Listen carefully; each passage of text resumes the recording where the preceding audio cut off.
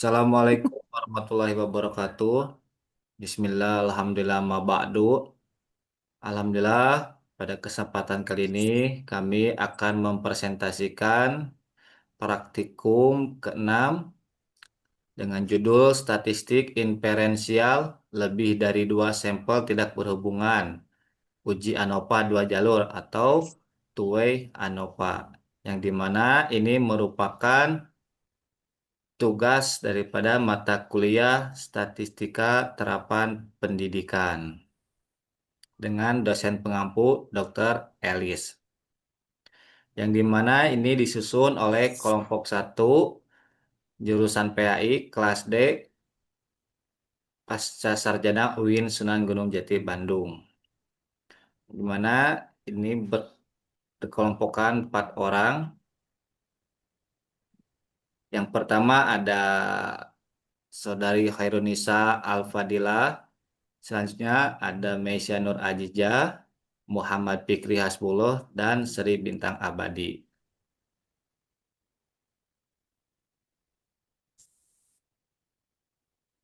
Oke, untuk latar belakang daripada penelitian kali ini yaitu peningkatan mutu pembelajaran di sekolah menjadi fokus utama dalam dunia pendidikan, khususnya dalam menciptakan proses belajar yang aktif, kreatif, efektif, dan menyenangkan. Salah satu pendekatan yang terbukti meningkatkan keterlibatan siswa dan hasil belajar adalah model pembelajaran kooperatif. Model Think Fair Share atau TPS merupakan bagian dari strategi pembelajaran kooperatif yang dirancang untuk mengembangkan kemampuan berpikir kritis dan kolaboratif siswa melalui tahapan berpikir, berpasangan, dan berbagi. Seiring dengan perkembangan strategi pembelajaran kooperatif, lahirlah modifikasi dari model TPS, yaitu Think Pair Square, yang menambahkan elemen kerja kelompok quartet atau 4 orang setelah tahap pasangan guna memperluas interaksi sosial dan pemahaman konsep melalui diskusi yang lebih kompleks. Berbeda dengan kedua model tersebut, pembelajaran konvensional masih banyak digunakan oleh guru di sekolah dengan pendekatan yang cenderung berpusat pada guru seperti ceramah dan penugasan individu yang membatasi interaksi antar siswa. Nah, oleh karena itu penting untuk memahami pengertian serta kelebihan dan kekurangan dari masing-masing model pembelajaran sebagai dasar untuk mengevaluasi efektivitas dalam proses pembelajaran. Nah, selanjutnya pengertian model pembelajaran. Yang pertama, model pembelajaran model Think Pair Share atau TPS yang merupakan strategi pembelajaran kooperatif yang dikembangkan oleh Frank Lyman pada tahun 1981. Model ini lebih terfokus pada siswa diberi waktu untuk berpikir secara individu, kemudian berdiskusi secara berpasangan, dan akhirnya berbagi hasil diskusi dengan seluruh kelas. Nah, model TPS ini bertujuan untuk meningkatkan partisipasi siswa, memperdalam pemahaman, serta melatih kemampuan berpikir kritis dan komunikasi interpersonal. Yang kedua yaitu model pembelajaran Think Pair Square atau TPS-KI, yang dimana merupakan pengembangan daripada model pembelajaran TPS. Nah, setelah tahap Think and Pair, siswa tidak langsung berbagi ke seluruh kelas, melainkan membentuk kelompok berempat, yaitu square. Nah, untuk mendiskusikan kembali hasil diskusi pasangan masing-masing. Nah, model TPS ini bertujuan untuk memperluas sudut pandang, meningkatkan pemahaman konsep, dan melatih keterampilan kerja kelompok sebelum menyampaikan hasil akhir ke kelas. Nah, yang ketiga, ada model pembelajaran konvensional, yang dimana pendekatan pembelajaran yang lebih berpusat pada guru, di mana proses belajar cenderung bersifat satu arah, yaitu guru menyampaikan, siswa menerima. Dan metode ini yang sering digunakan dalam model ini adalah ceramah, yang dimana penugasan individu dan tanya jawab langsung. Meskipun efektif dalam penyampaian materi secara cepat, model ini kurang melibatkan siswa secara aktif dalam pembelajaran. Oke, selanjutnya bisa dilihat ini tabel Weiner keterlibatan model pembelajaran, yang dimana kemampuan berpikir kritis dan faktor asal sekolah. Bisa dilihat pada tabel berikut, kemampuan yang diukur yaitu kemampuan berpikir kritis Quran hadis. Terus model pembelajaran yaitu TPS, TPSQ, dan konvensional. Dan untuk faktor, faktor asal sekolah dari SMP, MTS, dan pesantren diniyah. Oke, selanjutnya hipotesis pada penelitian ini yaitu ketika HO diterima, tidak terdapat perbedaan kemampuan berpikir kritis siswa berdasarkan model pembelajaran TPS, TPSQ, dan konvensional. Ketika H1 diterima, terdapat perbedaan kemampuan berpikir kritis siswa berdasarkan model pembelajaran TPS, TPSQ, dan konvensional. Kedua, ketika H0 diterima, tidak terdapat perbedaan kemampuan berpikir kritis siswa berdasarkan faktor asal sekolah baik SMP, MTS, dan pesantren diniyah. Ketika H1 diterima, terdapat perbedaan kemampuan berpikir kritis siswa berdasarkan faktor asal sekolah, SMP, MTS, dan pesantren diniyah. Yang ketiga, hipotesisnya yaitu ketika H0 diterima, tidak terdapat interaksi antara model pembelajaran dan faktor asal sekolah dalam menentukan kemampuan berpikir kritis siswa. Ketika H1 diterima, terdapat interaksi antara model pembelajaran dan faktor asal sekolah dalam menentukan kemampuan berpikir kritis. Nah, itu merupakan hipotesis daripada penelitian kali ini. Nah, selanjutnya itu data data nilai hasil belajar Quran hadis dengan tiga model pembelajaran dan faktor asal sekolah. Bisa dilihat, dicermati, ini tabel merupakan data daripada model pembelajaran ketiga model pembelajaran dan faktor asal sekolah. Nah, selanjutnya yaitu analisis data, yang dimana materi ini akan disampaikan oleh Saudari Khairunisa Alfadilah. Untuk waktu dan tempat saya persilakan. Oke, baik. Terima kasih kepada moderator yang telah memberikan saya waktu untuk menjelaskan. Oke, baik. Selanjutnya kita akan masuk kepada analisis data. Yang pertama yaitu test of normality. Nah, berdasarkan tabel test of normality terlihat bahwa nilai residual standar pada kedua metode yaitu bisa dilihat ya di kolom Kolmogorov-Smirnov adalah nilai signifikannya adalah 0,020 dan di Shapiro-Wilk adalah 0,089. Nah, pada kolom Kolmogorov-Smirnov nilainya lebih kecil dari 0,05. Dengan demikian, nilai residual standar tidak berdistribusi normal. Nah, yang selanjutnya ada QQ plot. Nah, terlihat ya bahwa beberapa data nilai residual standar dari KBKRQH siswa berada di luar R garis. Hal ini menunjukkan bahwa nilai residual standar dari KBKRQH siswa tidak berdistribusi normal. Nah, kesimpulannya, karena nilai residual standar tidak berdistribusi normal, maka syarat utama untuk melakukan uji two-way ANOVA tidak terpenuhi. Nah, karena syarat utama tidak terpenuhi, maka uji selanjutnya menggunakan statistik non-parametrik, yaitu uji median. Nah, hasilnya ada di sini ada tabel frekuensis. Nah, dari tabel frekuensis ini menginformasikan bahwa di kelas model pembelajaran TPS, skor KBKRQH yang berada di atas nilai median atau nilai tengah dari sekumpulan data adalah sebanyak 7 siswa. Dan skor KBKRQH yang berada di bawah atau sama dengan median adalah sebanyak 13 siswa. Lalu ada yang kedua di kelas model pembelajaran TPSQ. Nah, di sini skor KBKRQH yang berada di atas nilai median adalah sebanyak 16 siswa dan skor KBKRQH yang berada di bawah atau sama dengan median adalah sebanyak 4 siswa. Lalu yang ketiga yaitu di kelas model pembelajaran konvensional. Nah, bisa dilihat di sini skor KBKRIH yang berada di atas nilai median adalah sebanyak 7 siswa.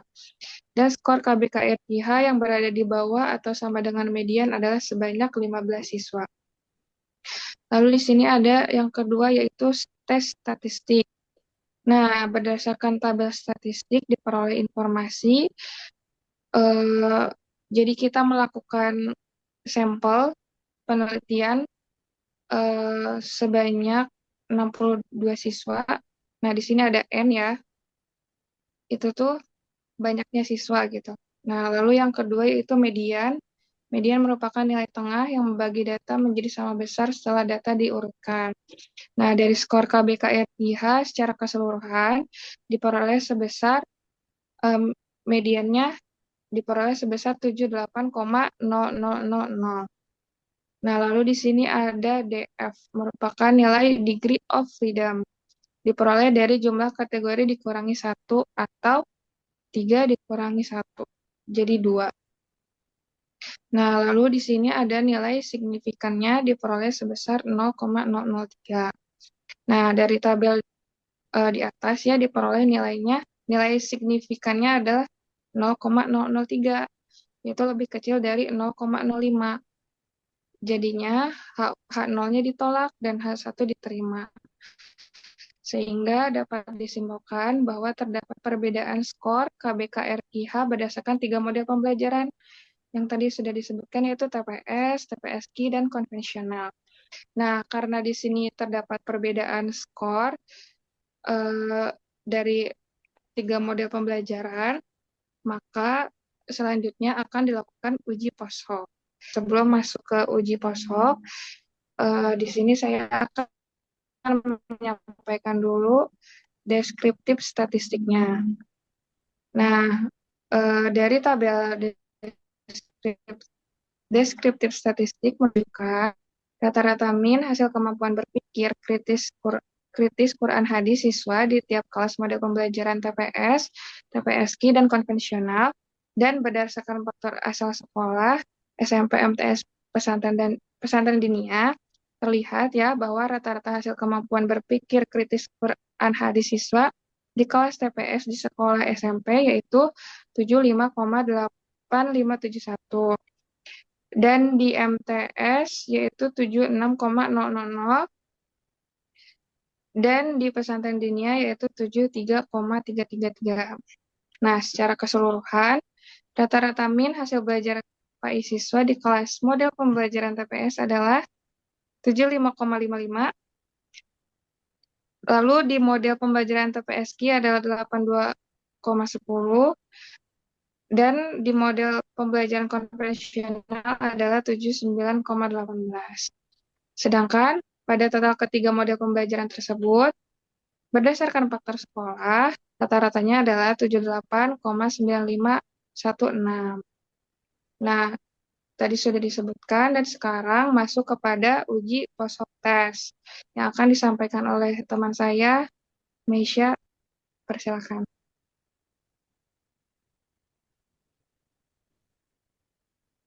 Pada Tenisa, langsung saja saya di sini akan menjelaskan tentang post hoc test model pembelajaran.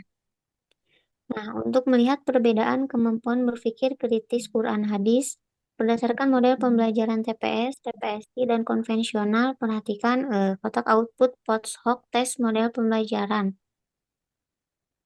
Yang pertama itu berdasarkan analisis dan Veroni. Yang pertama ada TPS, PS, TPS, TPSI. Yang dimana hasil uji Banferoni yang berwarna biru akan mendeskripsikan perbedaan kemampuan berpikir kritis Quran hadis antara siswa yang belajarnya dengan model pembelajaran TPS dan siswa yang belajarnya dengan model pembelajaran TPSI.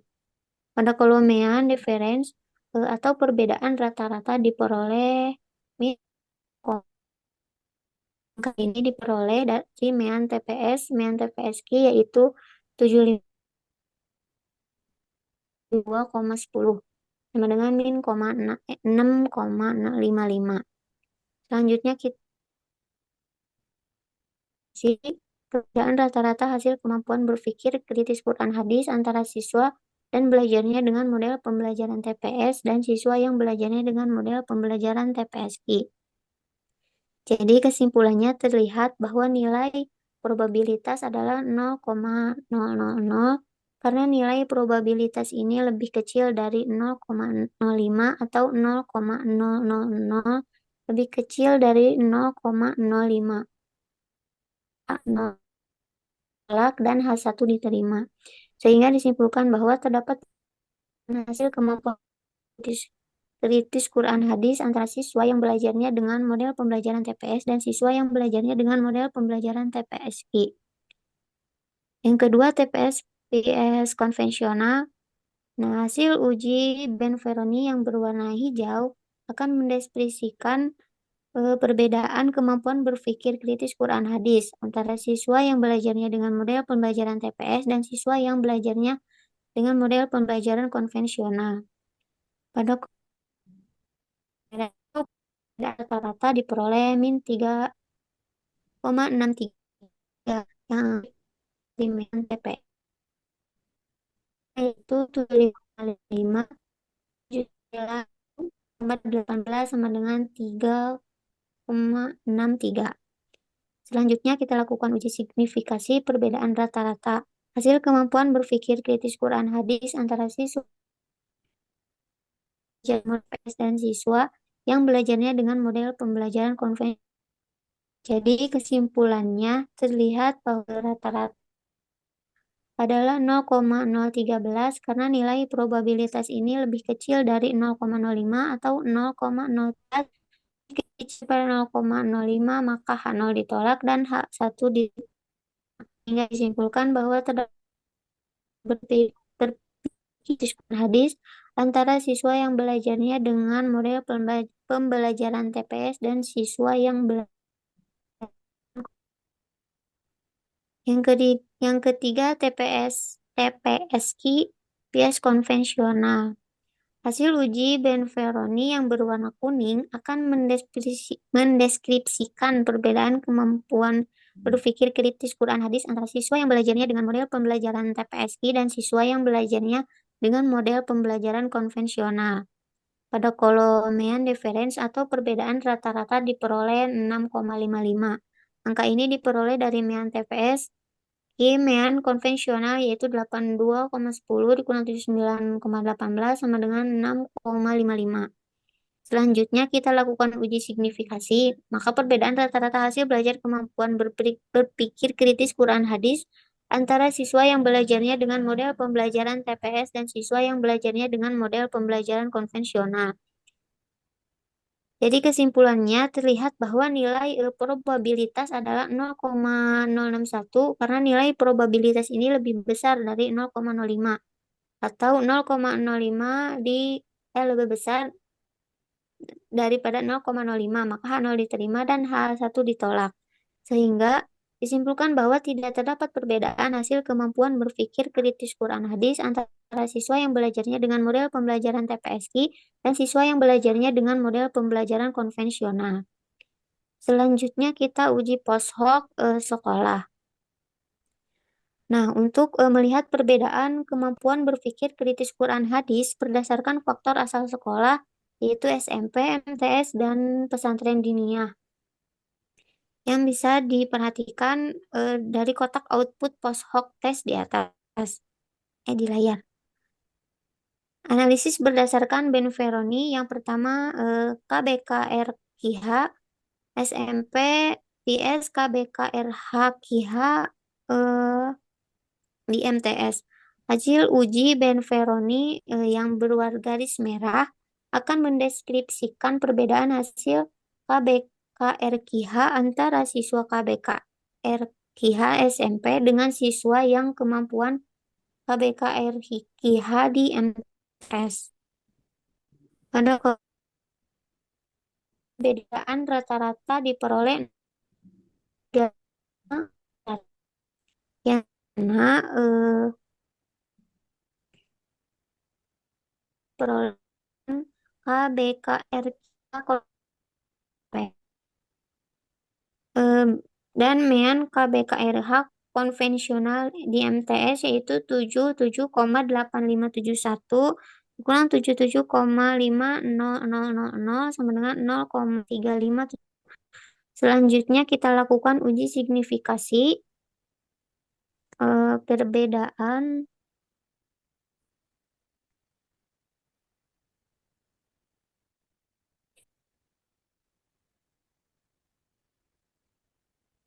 rata-rata hasil KBRKIA antara siswa yang KBRKIH di SMP KBRKIH S. Karena probabilitas 1,00 karena nilai probabilitas ini dari 0,05. Maka H0 diterima dan H1 ditolak, sehingga disimpulkan bahwa tidak terdapat perbedaan hasil kemampuan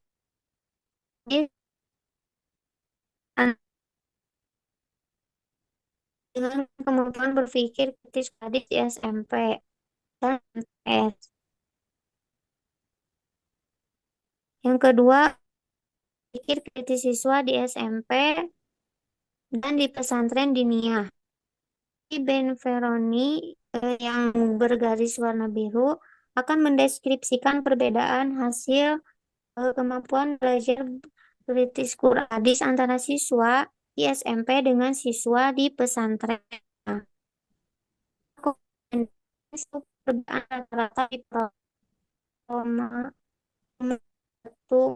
angka itu BK di SMP dan pesantren diniyah 7,871 14286 sampai 3,57141. Selanjutnya kita laku uji signifikasi perbedaan rata-rata hasil belajar kemampuan belajar kritis Quran hadis antara siswa di SMP dengan siswa yang kemampuannya di dunia. Jadi kesimpulannya terlihat bahwa nilai probabilitas adalah 0,15 karena nilai probabilitas ini lebih kecil dari 0,05. Maka H0 ditolak dan 1 diterima. Oke, yang selanjutnya yang ketiga yaitu KBKRKIH di MTS dan pesantren diniyah. Hasil uji Berveroni yang bergaris hijau akan mendeskripsikan perbedaan hasil belajar antara siswa kemampuan berpikir kritis Quran hadis di MTS dan pesantren diniyah. Nah, pada kolom mean difference atau perbedaan rata-rata diperoleh 3,9286. Angka ini diperoleh dari mean KBKRKIH di MTS, mean KBKRH dan pesantren diniyah yaitu 77,5000 dan dikurang 81,4286 sama dengan 3,9286. Selanjutnya kita KBKRKIH antara siswa yang kemampuan KBKRKIH di MTS dengan siswa di pesantren diniyah. Jadi kesimpulannya terlihat bahwa nilai probabilitas adalah 0,07 karena nilai probabilitas ini lebih besar dari 0,05. Maka H0 ditolak dan H1 diterima. Sehingga disimpulkan bahwa terdapat perbedaan hasil belajar KBKRKIH antara siswa yang kemampuan KBKRKIH di MTS dengan siswa yang kemampuan KBKRKIH di pesantren diniyah. Mungkin itu saja yang bisa saya sampaikan. Selanjutnya akan disampaikan oleh Teh Herunisa. Oke, baik. Terima kasih kepada Teh Misha. Yang selanjutnya saya akan membahas tentang profile plot. Nah, di sini terlihatnya pada profile plot adanya variabel model pembelajaran dan variabel KBKRKIH. Nah, di sini ada keterangannya, yaitu ada yang bergaris biru, itu adalah model pembelajaran TPS, dan yang garis merah adalah model pembelajaran NHT, dan yang garis hijau ini adalah pembelajaran konvensional. Nah, pada sumbu bawah terdapat KBKRKIH dengan kategori KBKRKIH SMP MTS, dan pesantren diniyah. Lalu ada interpretasi grafik. Nah, secara umum, model pembelajaran TPSQ yang bergaris merah ini memberikan skor KBKRQH yang paling tinggi di semua jenis sekolah, terutama di pesantren diniyah yang mendekati nilai 85. Lalu pada SMP, model konvensional masih relatif tinggi, sedikit di atas TPS dan setara atau sedikit di bawah TPSQ. Lalu di MTS, nilai rata-rata dari semua model pembelajaran saling berdekatan, sekitar 76 sampai 80. Dan ini menunjukkan tidak ada perbedaan mencolok. Lalu di pesantren diniyah terdapat perbedaan signifikan antara model pembelajaran, yaitu TPSQ jauh lebih tinggi, sekitar 85, konvensional mendekati 80, dan TPS paling rendah, sekitar 75. Mungkin cukup sekian, saya kembalikan lagi kepada moderator. Baik, terima kasih kepada pemateri yang sudah menyampaikan materinya. Selanjutnya yaitu kesimpulan, yang dimana kesimpulan ini akan disampaikan oleh Saudari Sri Bintang Abadi. Untuk waktu dan tempat, saya persilahkan. Baik, terima kasih pada moderator. Untuk kesimpulan dari materi kita pada hari ini yaitu yang pertama dari distribusi normalitas data berdasarkan uji Kolmogorov-Smirnov dan Shapiro-Wilk, residual data tidak berdistribusi normal, yaitu dengan nilai signifikannya kurang dari 0,05, sehingga tidak memenuhi syarat untuk dilakukan uji ANOVA parametrik. Oleh karena itu, analisis dilanjutkan dengan menggunakan uji non-parametrik, yaitu dengan uji median. Uji median terhadap model pembelajaran TPS, yaitu Think, Fair, Share, dan TPSQ juga konvensional, menunjukkan bahwa terdapat perbedaan signifikan hasil dari kerangka berpikir kritis pada mata pelajaran Quran Hadis berdasarkan model pembelajaran dengan nilai signifikannya 0,003 kurang dari 0,05. Yang berarti bahwa jumlah siswa dengan skor di atas median itu kami telah meneliti dan menghasilkan bahwa siswa yang model pembelajarannya TPS itu ada 7 siswa yang di atas median nilainya. Yang model pembelajaran TPSQ yang square yang berdiskusi 4 orang itu ada 16 siswa. Dan yang konvensional ada 7 siswa. Ini menunjukkan bahwa model pembelajaran TPSQ, Think, Fair, Square, yang berempat itu yang bisa didiskusikan atau bahkan siswa juga bisa bersharing. Nah, itu menghasilkan lebih banyak siswa dengan nilai di atas median dibandingkan TPS secara individu dan konvensional. Yang ketiga adalah perbandingan rata-rata skor kerangka berpikir atau pelajaran Quran Hadis dengan model pembelajaran TPS, yaitu dengan rata-rata 75,55, model pembelajaran TPSQ dengan nilai rata-rata 82,10, juga dengan model konvensional rata-rata nilainya adalah 79,18. Jika digabung semua model, rata-rata nilai rata-ratanya keseluruhannya adalah 78,95 dengan 3 sekolah, yaitu SMP, MTS, juga pesantren. Model TPSQ ternyata menghasilkan rata-rata tertinggi. Model pembelajaran TPSQ ini menunjukkan bahwa paling efektif dalam meningkatkan kemampuan berpikir kritis pada mata pelajaran Quran Hadis terhadap siswa. Oke, yang selanjutnya adalah hasil uji post hoc Bonferroni antar model pembelajaran.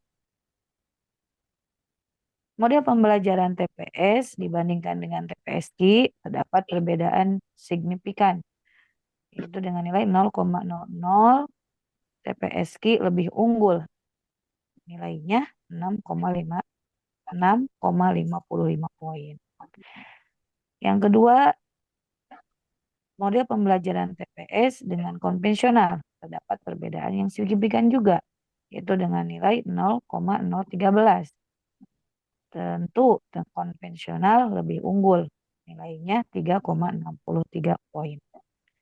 Lalu jika dibandingkan TPSQ dengan konvensional, nah ini tidak signifikan dengan nilai 0,061.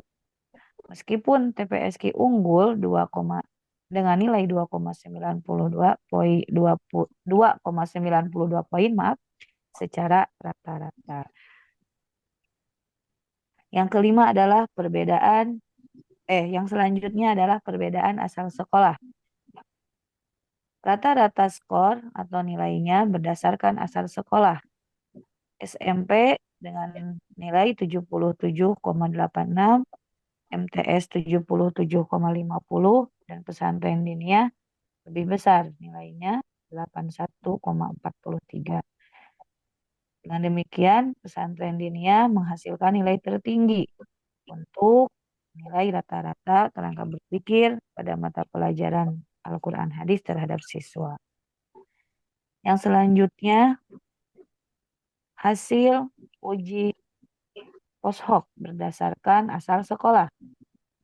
SMP dibandingkan dengan pesantren diniyah memiliki nilai atau signifikannya adalah 0,015 perbandingannya.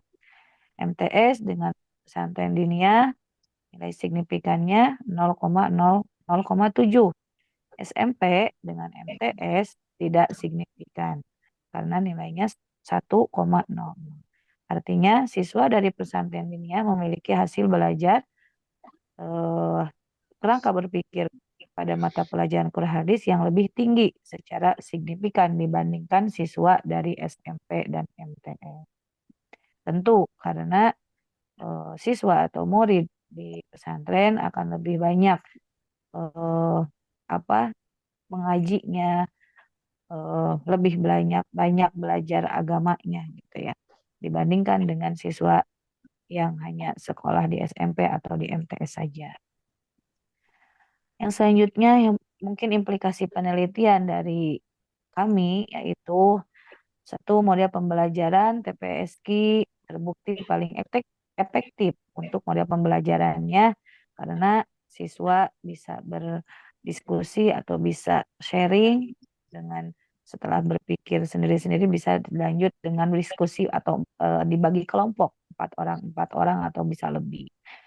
Nah, ini bisa meningkatkan kemampuan berpikir pada mata pelajaran Al-Quran Hadis ataupun mata pelajaran PAI yang lainnya. Terus asal sekolah juga berpengaruh. Kenapa? Karena MTS dan SMP mata pelajaran PAI atau Al-Quran Hadis hanya belajar di sekolah saja. Tapi kalau di pesantren diniyah ada banyak waktu lebih untuk siswa belajar. Bahkan dituntut untuk lebih banyak lagi mempelajari tentang keagamaan. Lalu penelitian ini mendukung integrasi model pembelajaran aktif dan kolaboratif seperti TPSQ, terutama di lingkungan pendidikan berbasis pesantren. Namun model pembelajaran TPSQ ini juga bisa diadaptasikan atau bisa diaplikasikan di sekolah SMP dan MTS. Mungkin kesimpulan dari materi kali ini dari kami dicukupkan sekian. Saya kembalikan lagi ke moderator. Terima kasih. Baik, terima kasih Saudara Sri Bintang Abadi yang telah memaparkan kesimpulan daripada materi kali ini. Baik, saya ucapkan terima kasih kepada seluruh pemateri yang telah menyampaikan materinya. Kami ucapkan terima kasih juga atas perhatiannya. Sekaligus kami juga mohon maaf atas segala kekurangan dari materi yang kami sajikan dan kami sampaikan mengenai tentang perbedaan antara model pembelajaran TPS, TPSQ, dan konvensional terhadap kerangka berpikir kritis pembelajaran Quran hadis berdasarkan asal sekolahnya, baik MTS, SMP, maupun pesantren diniyah. Baik, untuk materinya kami cukupkan sekian. Untuk materi kali ini kami akhiri dengan mengucapkan hamdalah. Alhamdulillah. Sekian dan terima Alhamdulillah. kasih. Assalamualaikum warahmatullahi wabarakatuh.